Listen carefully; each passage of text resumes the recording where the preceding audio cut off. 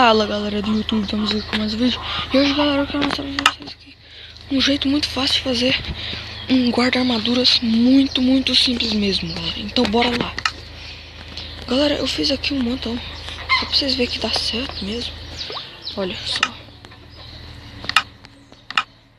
Vou pegar aqui, tirar minha armadura e vou pôr uma em cada um, beleza? Desse jeito. Aqui.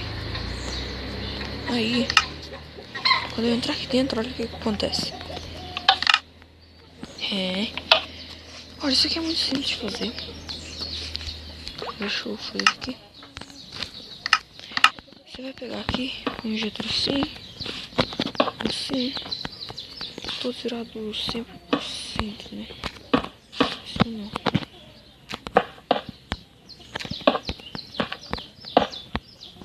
Caramba. Aí já pode pôr um prato de plays aqui dentro. Aí você vai fazer um buraco atrás de algum desses injetores aqui. Aí você vai cavando aqui pra frente. Ou até a praça de plays. Quando você desliga na praça de plays, você já pode fazer uma escadinha pra subir a redstone. Você vai fazer desse jeito, ó. Põe a redstone e traz ela.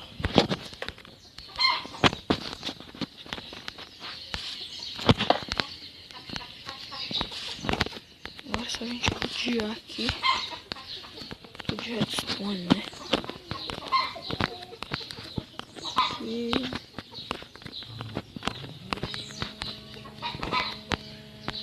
E aqui.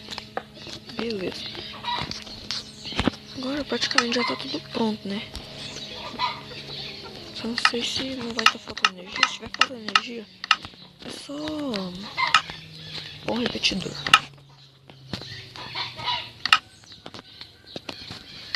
Beleza, agora olha só.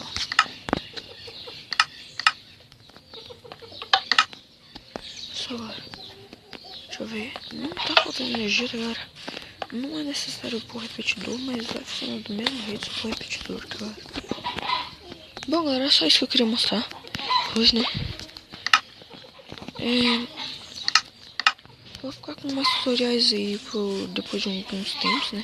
Que eu desenvolver outros. E era só isso que eu queria mostrar mesmo, galera. Fui!